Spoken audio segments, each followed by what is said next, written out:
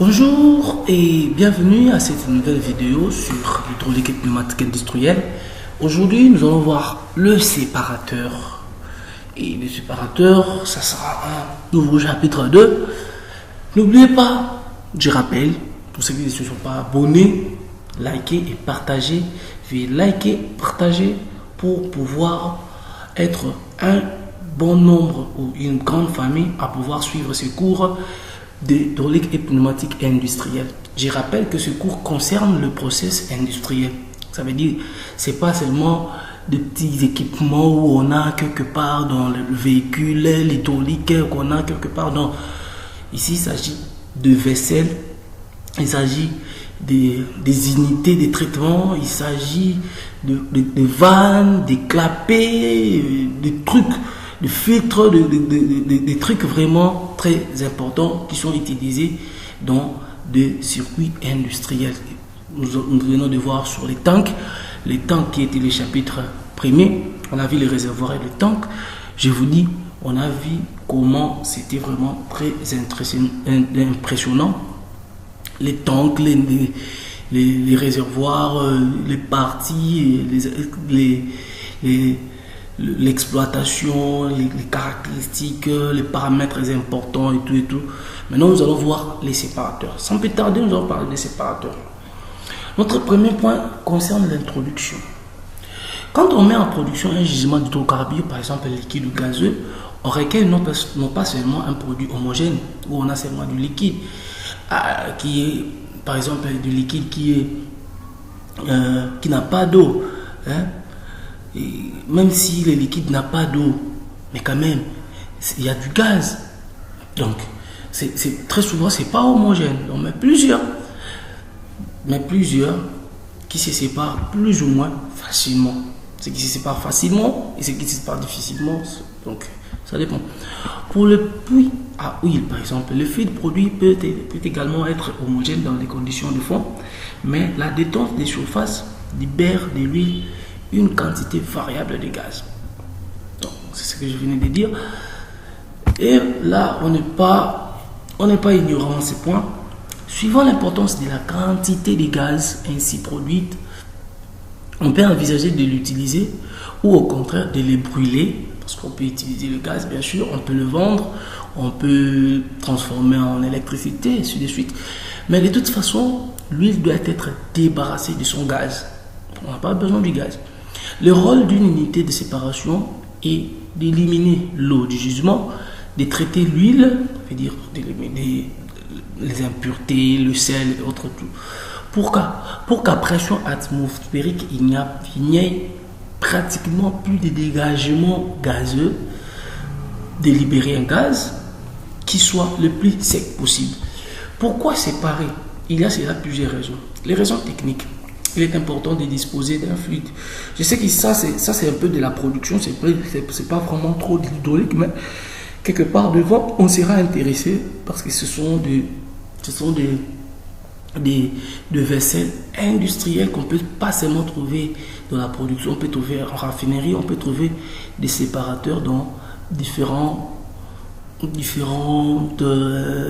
industries pétrochimiques où on a par exemple besoin des propanes alors qu'il y a des impuretés et tout ça. Donc voilà, et j'en passe. Raison technique, il est important de disposer d'un fluide, huile ou gaz qui, dans les conditions de température et de pression des installations de stockage et de transport, voilà, se maintiennent en état monophasique. Donc ça c'est technique. En effet, si la tension des vapeurs de l'huile après traitement reste trop élevée, des bouchons de gaz apparaissent aussitôt. Ces bouchons de gaz perturbent l'équilibre des réservoirs de stockage, dérèglent les mesures, nuisent au rendement des pompes et créent dans les réseaux des pipelines des pertes de charges parasites importantes et imprévisibles. Ça, c'est important d'expliquer même si on n'est pas en production. Ces bouchons de gaz, très souvent on appelle slag, perturbe l'équilibre des réservoirs de stockage. Vous voyez, un bouchon de gaz, par exemple, qui n'arrive pas, par exemple, à se dégazer, ça peut faire augmenter les niveaux. Vous voyez, et les mesures ça peut être dérangé. On peut croire qu'on a 5 mètres alors qu'on a 4 mètres de niveau de liquide. Or, si on prend le nombre de mètres multiplié par la surface, on a le volume de l'huile qui se trouve dans les stockages. Donc la mesure sera déjà bâclée. Une mise au rendement des pompes. On verra ensemble. Qui se dit pompe, dit pompage. Et ça ne se dit pas pompage de gaz, pompage de liquide. Le gaz, ça fait caviter les pompes, ça dérange les pompes, ça détruit la pompe. Ouais. Alors, c'est pas bien d'avoir de pomper de gaz. Ça va caviter et la pompe ne sera pas pompée. Ça crée dans les réseaux des pipelines des pertes de charges parasites. Pourquoi des pertes de charges parasites? C'est clair. Les gaz a une très faible densité. Ok? Les gaz a une très faible densité et se s'écoule avec une grande vitesse. Nous avons vu la formule de la perte de charge, nous avons vu la densité et nous avons vu son apport dans la densité, dans la vitesse. Et déjà, l'écoulement sera diphasique. Quand on a un écoulement diphasique, on a la possibilité ou soit la facilité d'avoir beaucoup de pertes de charge dans la ligne que quand on a un écoulement monophasique. Ça, c'est un peu autre chose. Et d'autres imprévisibles, par exemple les corrosions par érosion. Quand on a du gaz, on a la facilité d'avoir des corrosions. Okay? Si on a un peu de sable, ou soit le gaz peut frotter la paroi par rapport à l'huile qui va essayer un peu d'adoucir la paroi. Vous voyez un peu, donc le gaz peut facilement blesser la paroi, c'est ce qu'on appelle la corrosion par érosion, donc j'en passe. Les inconvénients sont du même ordre que les lignes de gaz de transport, vous voyez. Donc ça peut apporter ce qui sont comme problème de transport de gaz dans un pipeline de transport d'huile. L'apparition des condensats par exemple qui survient à la faveur d'une chute des pressions ou des températures. Parce que le gaz va se condenser et puis ça va devenir liquide. Fausse les comptages. Ça détruit par exemple le compteur turbine. Quand les gaz passent, ça fait tourner très rapidement l'hélice et vous aurez un comptage qui sera complètement faussé. Là, on verra ça parce qu'il est prévu aussi un chapitre sur le compteur. Ça augmente les pertes de charge. On venait d'en parler. On peut, dans certaines conditions critiques, provoquer les bouchages des conduites par formation d'hydrate. Là, c'est un peu de la production de formation d'hydrate. Quand il y a de l'eau, dans certaines conditions de pression et de température, l'eau là se cristallise en hydrate. Raison économique, une séparation bien menée peut augmenter dans des proportions non négligeables le volume de la récupération liquide par piégeage de composants légers. Ça, c'est très important. Elle élève en même temps la valeur marchande du brut, car la valeur d'un brut augmente généralement avec sa densité API. C'est-à-dire en sens inverse de son poids spécifique. Okay? En plus, l'élimination immédiate de l'eau économise des frais de transport et d'entretien inutiles. Réseau de contrôle, vous voyez, j'en passe trop vite parce qu'ici c'est un peu de la production. Le fait de pouvoir disposer des produits séparés facilite grandement le contrôle des productions à échelon champ. Les contrôles quotidiens sont ainsi possibles sur place. Les contrôles de GOR, gaz oil ratio, l'indice de productivité, la densité d'huile, la salinité, tout ça, ça influe dans tout ça.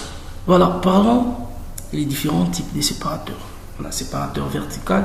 Le séparateur vertical, l'avantage principal de ces séparateurs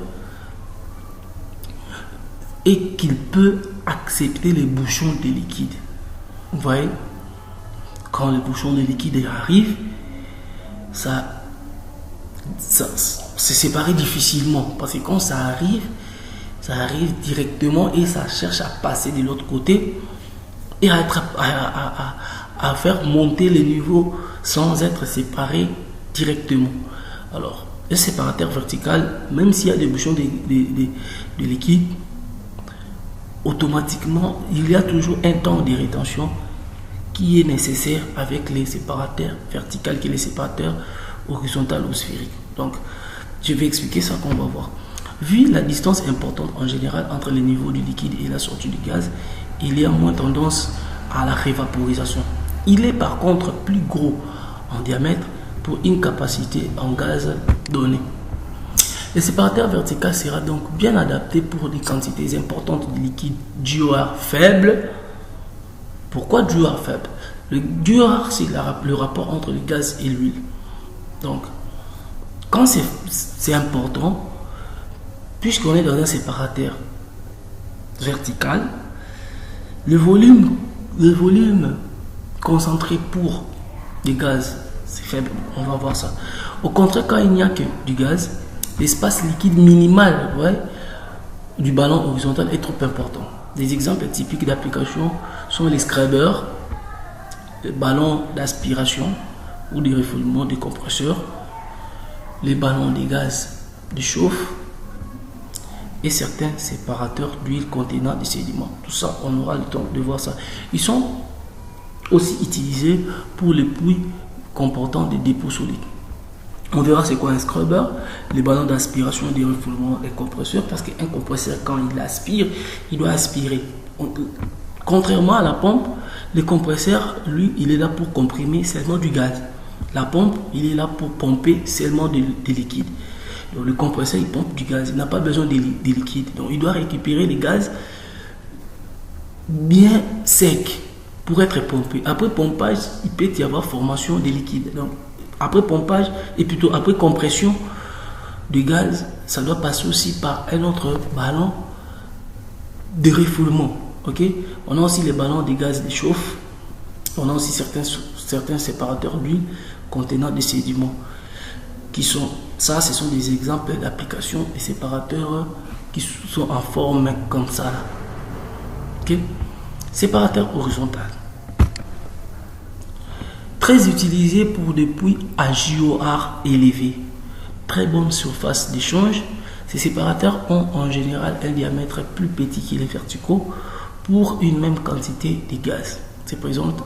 Présentent une interface plus large entre le gaz et le liquide. Donc, les grandes capacités, ça c'est important, oui, très utilisé pour les puits GOR. Ça, je vais en parler très clairement avec des images qui sont un peu en bas là. Voilà, ces séparateurs ont en général un diamètre plus petit que les verticaux pour une même quantité de gaz et présentent une interface plus large entre gaz et liquide. Dans les grandes capacités et pour les fortes pressions, le séparateur est souvent dédoublé, le ballon inférieur recueillant des liquides qui décomptent dans les ballons supérieurs. Ceci permet de limiter sensiblement le poids des encombrements. Ça, c'est un autre séparateur. On va voir les images. Ils sont également plus faciles à monter sur skid. Voilà. Regarde. On a... Voilà, ça c'est un séparateur vertical. Vous voyez un peu. Un séparateur, parmi les caractéristiques très importantes parmi des caractéristiques très importantes d'un séparateur, c'est le temps de rétention. C'est quoi le temps de rétention? On n'est pas en production, mais c'est important, même quand on fait un projet, parce que c'est court, te permet de faire, quand tu sors, tu es capable de concevoir un projet hydraulique, un projet industriel. Ouais. Donc, le temps de rétention, c'est le temps qu'il faut pour qu'il y ait décantation, séparation avant de sortir les liquides. Vous voyez par exemple entrer, oui, les gaz ensemble, ça entre par ici. Ça trouve un déflecteur. Donc un déflecteur, ça va casser les jets. Vous voyez, c'est comme si l'eau entre, c'est comme si vous pompez sur votre propre main. Vous voyez, quand les jets arrivent à la main, paf, des liquides et de l'eau, quand ça tape à la main, vous voyez, ça s'éparpille partout, donc ça descend tout doucement, tout lentement là, au lieu que ça frappe nécessairement où, ça va descendre tout doucement là, vous voyez, et ça descend là. Nous avons les liquides et le temps que ça va un peu traîner ici, qu'on appelle temps d'irritation, le temps ça va être retenu ici, vous voyez. Bien sûr, il y a des barrières un peu partout là, des clauses d'isolement, tout ça, c'est vraiment, ça joue des rôles très importants parce que quand ça arrive ici, ça doit d'abord arriver là pour passer par là, vous voyez, tout ça. Donc, le temps de rétention, c'est le temps qui sera retenu ici, vous voyez. Et, vous voyez, la surface ici, pour que le gaz sorte, n'est pas plus grande pour un séparateur vertical que pour un séparateur horizontal. Vous voyez cette surface ici. Le gaz va remonter là, jusque là. On a une grande surface pour que le gaz remonte. Parce que le gaz va occuper toujours les dessus par rapport à la densité. Vous voyez. Et l'eau qui est plus dense que l'huile va être en bas. Et puis l'huile va être un peu en haut. Vous voyez. Et là, le gaz doit remonter par-dessus. Maintenant, cette surface est plus large que pour les séparateurs verticaux où on a une toute petite surface. Alors ça joue un rôle très important. Ça joue un rôle très important à la séparation, parce que on va pas attendre très longtemps pour pouvoir sortir de l'huile. On va attendre seulement par rapport au temps de la rétention. Et ce temps de la rétention là est régulé par rapport à la régulation. C'est que quand on atteint tel niveau, on doit normalement ouvrir. Si on traîne trop, là ça continue d'entrer. On va remonter, on va faire le haut niveau. Donc on sait qu'à un tel niveau, la vanne des sorties doit s'ouvrir. On appelle très souvent la LCV, on verra ça. Plus loin, ça doit s'ouvrir pour faire sortir de l'huile. Alors, on ne peut pas attendre très longtemps. Le temps de rétention, c'est le temps là qu'on attend pour que les gaz s'échappent, l'eau soit en bas et les liquides soient décomptés. Vous voyez par exemple. Alors, ce temps de rétention, si minimal qu'il soit, doit être à mesure de faire échapper tous les gaz. Alors, un séparateur vertical, puisqu'il n'y a pas une grande surface où le gaz doit sortir, on n'a pas besoin de mettre beaucoup de gaz pour des séparateurs pareils. Vous voyez, on n'a pas besoin. Si c'est un scrubber, par exemple un scrubber à gaz, c'est d'abord, il n'y a pas de liquide ici. L'entrée c'est le gaz, mais le gaz, tellement que le gaz peut avoir quelques gouttelettes d'huile, alors l'huile va être en bas. Donc tout ça sera rempli de gaz et l'huile sera seulement un peu là. Et là, la purge ne dépend plus de la LCV, mais la purge dépendra toujours de la LCV, mais ça ne sera pas continu. Ça ne sera pas par rapport au temps de la rétention. La purge dépendra seulement par rapport au niveau. Donc quand on atteint tel niveau, on purge. Parfois même, la purge ne sera pas automatique. Parfois, l'opérateur lui-même, il passe à l'heure qu'il veut, même après 1 heure, même après 2 heures, il regarde, le niveau est bon. Il regarde, même après une demi-journée, il regarde, le niveau est bon. Il voit que le niveau n'est pas bon, là, il purge. Donc là, tout ça sera rempli que du gaz. Ça, c'est une scrubber à gaz, par exemple. Vous voyez. Donc, je parle de niveau de partie rapidement. Ça, c'est un séparateur vertical, vous voyez, c'est vertical et c'est plus adapté pour des productions à faible quantité de gaz. Entrée d'huile, déflecteur, on a les soupapes, on verra des soupapes, on verra le rôle, donc j'en passe. On a les joints, on a l'extracteur de brouillard. Extracteur de brouillard. Pourquoi extracteur de brouillard? C'est quoi un brouillard? Brouillard, c'est une quantité d'huile qui est suspendu dans un gaz. C'est ce qui crée le brouillard. Vous voyez, quand vous avez par exemple passé quelque part où il y a du brouillard, si vous essayez de prendre vos mains, vous essayez un peu d'entasser comme ça et de frotter, vous verrez que l'eau va rester. Donc brouillard, c'est un peu comme de la vapeur qui est suspendue dans l'atmosphère. Donc c'est de l'eau. Ok. Alors quand dans l'eau ou bien le liquide, quand le gaz doit s'échapper, il ne faut pas que ça s'échappe avec du liquide. Sinon, là où ça ira, si vous torchez, vous aurez des fumées. Donc, si vous voulez utiliser ces gaz-là, vous aurez des liquides. Donc, vous aurez besoin encore de mettre encore d'autres unités de séparation. Donc, On doit mettre un extracteur de brouillard pour que ça puisse retenir des liquides. C'est un peu comme des tamis à faible gris. Donc ça doit retenir des liquides par exemple. Donc ça doit monter là et retenir des liquides. Ça c'est un extracteur de brouillard. On a des manomètres pour mesurer la pression, on va en parler. On a des conduits de drainage où on doit forcer les drainages du gaz.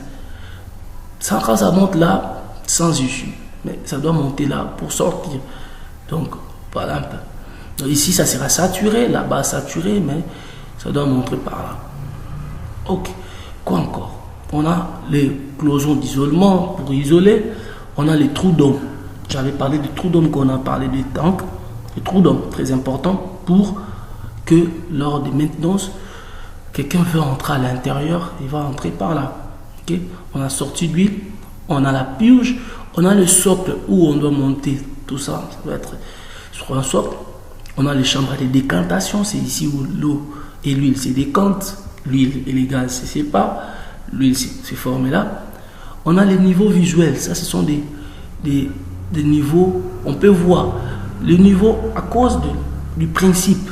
Tout a un principe en mécanique de fluide, les principes des vases communicantes. Ok, donc ça rentre par là. Et là, on a des vannes. On verra ces vannes ici, les vannes des niveaux à glace.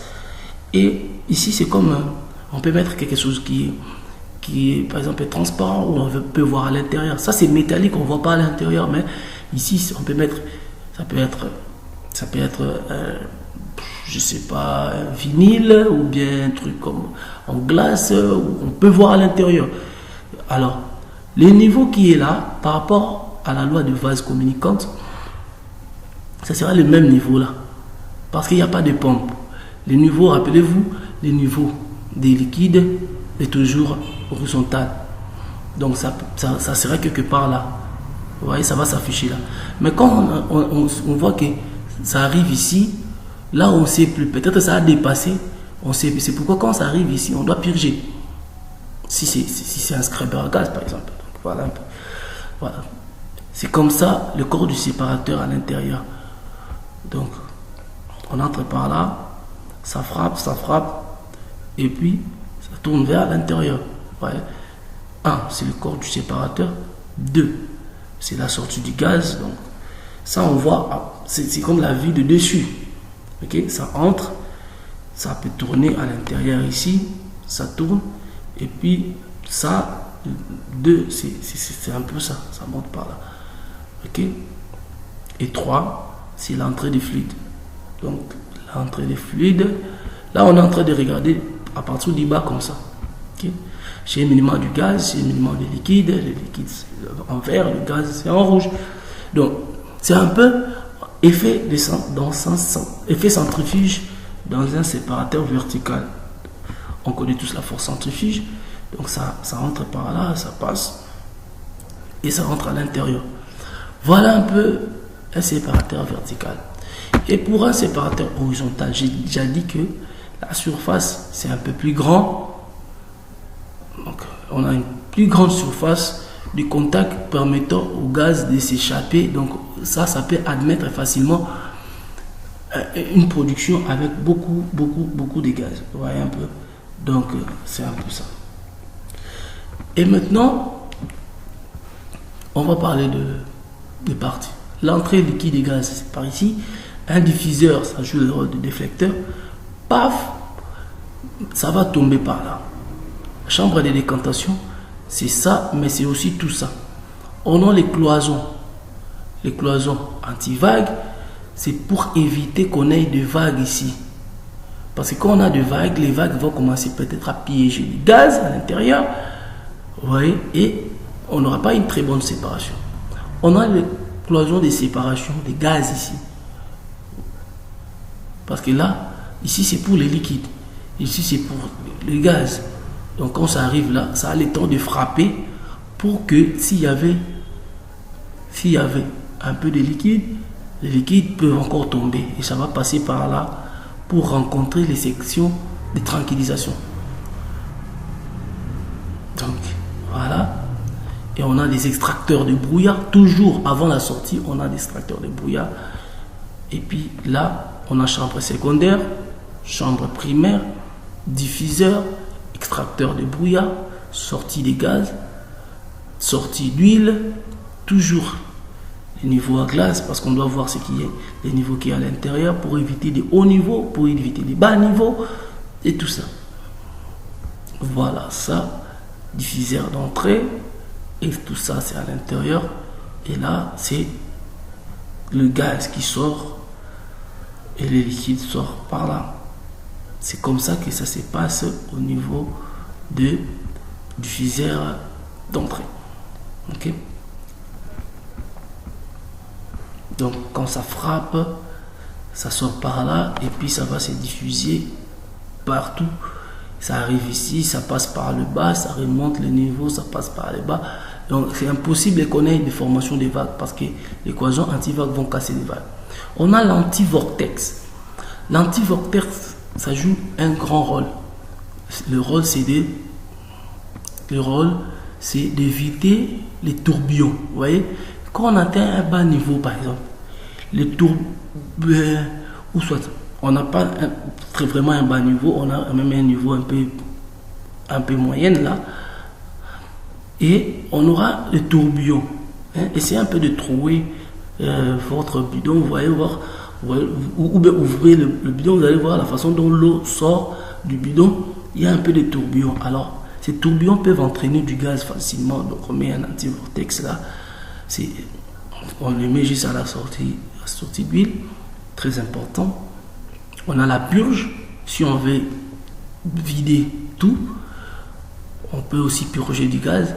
Là, vous connaissez, on a les trous d'homme parce qu'on doit entrer. Les trous d'homme peuvent être à 2 ou à 3, j'en avais parlé avec les réservoirs et les tanks. On passe. On avait dit quelque part, là, on avait dit que dans les grandes capacités, pour les plus fortes pressions, le séparateur est souvent dédoublé. Les ballons inférieurs recueillant les liquides qui décantent dans les ballons supérieurs. Ceci permet de limiter. Tout ça, c'est ça. C'est le troisième, numéro 3 ici. Donc, on a l'entrée qui est quelque part là. On a un ballon inférieur et un ballon supérieur. Tout ça pour augmenter le temps de rétention. Ouais, horizontale haute pression avec capacité de rétention liquide. Parce qu'on a une forte pression. Ok? Alors, on a deux ballons interconnectés. Le gaz va passer par là. Il y aura aussi du gaz quand ça frappe au déflecteur. Ça rentre vers le bas là. Il y a tout le temps pour que ça puisse se décompter calmement au lieu d'être dérangé par la pression qui règne dessus là. Parce que quand on sépare, on ne veut pas sortir avec la même pression à l'entrée. Parce qu'on n'a pas besoin de la pression dans les tanks. Parce qu'après la séparation, on part toujours de la haute pression jusqu'à la basse pression pour stocker dans les tanks. Quand même, l'huile doit être calme dans les tanks. Ça ne va pas déranger. Alors, ça doit se retenir ici et puis sortir calmement, sortir des liquides et sortir des gaz. Voilà. Séparateur sphérique. Peu courant réservé aux puits à GEOR très élevé, cas de puits à gaz plus condensant. Donc, c'est très peu courant réservé de puits à gaz. Ok. Ces séparateurs sont relativement bon marché et compacts, mais avec un temps de rétention liquide et une section de décantation assez limitée. La marche en séparation triphasique est donc très difficile, sinon impossible. Ils ont l'avantage d'être peu encombrants et très faciles à manipuler. Ouais. Peu encombrants et très faciles à manipuler. On a les séparateurs centrifuges. Nous désignerons sous ces termes les séparateurs utilisant la force centrifuge comme force principale de séparation qui sont maintenant proposés par plusieurs fabricants. Ça, c'est un séparateur sphérique. Les effets de la force centrifuge peuvent être classés pour la commodité des présentations sous deux formes principales. Là, on verra ça après. Donc ça, c'est un séparateur dit et plutôt un séparateur sphérique. Là où je suis en train de parler seulement par rapport à la forme. L'entrée des fluides, ça entre par là, ça passe des deux côtés, l'autre ça descend par là, et le gaz va sortir par là. La couleur rouge, c'est une couleur, parfois on met rouge, parfois on met jaune, c'est une couleur représentative du gaz. L'huile, parfois on met verte, parfois on met marron, couleur représentative d'huile, et l'eau, c'est très souvent en bleu. Donc, entrée fluide, c'est par là, mais ça doit d'abord tomber des autres côtés. Okay? Quand ça tombe des autres côtés, ça va passer par là, par ces scrubbers ici, pour casser les coalescences. Donc ça, c'est le déflecteur. Cette plaque ici, métallique, c'est les déflecteurs pour faire ce rôle de déflecteur. Ça, c'est le symbole ici, on appelle ça, c'est le symbole d'une soupape, d'une PSV. On verra ça quelque part un peu plus loin quand on verra sur les symboles. Parce que je vous rappelle, c'est un cours d'hydraulique, pas un cours de production, mais je vais parler de tout ce qui passe par l'industrie parce que c'est important. Voilà, mais ça, c'est une soupape. On verra ça plus tard. Les 1, 2, 3 ici, il y a trop. Donc, on verra 3 images. Donc, comprenez, c'est toujours mon lecture. Donc, déflecteur, ça tombe et ça tombe. Ça passe par là. Ça va, c'est la chambre de décantation, c'est juste là. Ça, c'est les régulations des niveaux. Ça montre le niveau. Donc, c'est la plaque. C'est le flotteur qui a, quand le niveau baisse, le flotteur aussi va descendre. Quand le niveau monte, le flotteur aussi va monter. Donc, et ça va lire les niveaux. On verra ça quelque part devant avec les régulations. Mais on peut lire aussi les niveaux ici avec le niveau de glace. Voilà, sortie des gaz. Les gaz, je disais que ça va monter par là. Ça entre par là. Et puis, hop. Donc, ça entre par là. Et puis, tube. Ouf, ça passe par là. Et le gaz peut sortir. L'huile peut sortir. La purge. Et quelque part, là, on aura des trous d'ombre pour entrer. Ainsi de suite. Voilà, ça, c'est notre séparateur cyclonique qui fonctionne par force centrifuge. Donc, vous voyez, il y a entrée gaz et huile. Ok, ça vient par là. Alors, par force centrifuge, le gaz va remonter. Et pendant que les gaz cherchent à remonter, ça fera tomber les liquides. Donc, c'est très souvent utilisé pour des gaz. Et ça, c'est multicyclonique. Ça, on montrait l'effet cyclonique. Ça, c'est multicyclonique. Donc, ça, c'est entrée gaz, diffuseur, les niveaux liquides, juste là, volume de rétention des liquides, juste là, multicyclonique, juste là, sortie des liquides, sortie des gaz. Et il y a encore sortie des liquides quelque part là. Ouais. Ça maintenant, c'est sortie des liquides qui est retenu à partir de l'effet cyclone. Donc l'effet centrifuge qui passe à ce niveau. Parce que chaque... ça, ce sont des multicycloniques. Donc ça, le cyclone ici, on en a ici, on en a là, on en a là. Et c'est l'effet qui fait ici, on aura un gaz tellement pur à la sortie. Et tous les liquides qui sera récolté ici va sortir par là. Donc ça, c'est un drain secondaire. Ça, c'est le drain primaire de liquide. C'est pour récupérer secondairement le liquide qui a poursuivi les gaz, okay, par le multicyclone. Voilà. Donc, ça c'est 3, 2, donc on passe. Quelle capacité de traitement? Voilà. Ça, c'est très important. Mais je crois que je vais m'arrêter juste là parce que je ne veux plus faire de longues vidéos, d'1 heure, 2 heures. Je vais m'arrêter là pour que ça soit frais le jour où je vais faire la vidéo. Voilà. Mais je vais quand même vous donner du goût par rapport à ça. La capacité de traitement, j'ai pris quelques problèmes tels que le moussage. C'est un problème qui arrive.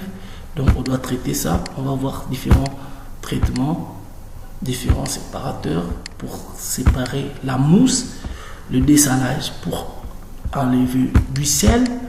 Nous allons voir différentes méthodes pour enlever du ciel. Différentes méthodes, voilà. Il y a un peu de théorie, il y a un peu des images. On va voir les réchauffages, les heaters. On va voir les réchauffages, les heaters. Plus tard, à la nouvelle vidéo, et je vous donne déjà rendez-vous à la prochaine. Donc il y a beaucoup de choses qu'on verra prochainement. Aujourd'hui, je pense qu'on va s'arrêter là. Et ces chapitres très riches qui soient, on le verra dans plusieurs parties peut-être. Donc voilà, je crois qu'on s'arrête ici dans quelques capacités de traitement où on verra. Mais je tenais à dire que les séparateurs, bien qu'ils ne sont pas en production, les séparateurs, il y a des séparateurs diphasiques qui séparent seulement le gaz et les liquides. Il y a des séparateurs triphasiques qui séparent du gaz, du liquide et de l'huile et de l'eau. Donc 3 phases. Mais c'est pas important de mettre ça ici parce qu'on n'est pas en production. Moi je montre 2 séparateurs parce que quelque part devant pour les dessins, on verra qu'un séparateur est dessiné ou voilà. Et les circuits continus, vannes et les circuits continus. Donc on verra comment dessiner un circuit hydraulique industriel, un circuit industriel des process ou un process industriel, process flow diagramme ou bien process instrumentation diagramme, tout ça. On verra ça un peu plus tard. Donc voilà un peu ce qu'il y a pour aujourd'hui, pour cette première partie de ce chapitre 2. Je vous dis à bientôt. N'oubliez pas de liker, de partager et de vous abonner. Activez la cloche de notification pour recevoir les notifications des nouvelles vidéos à temps. Ciao, ciao.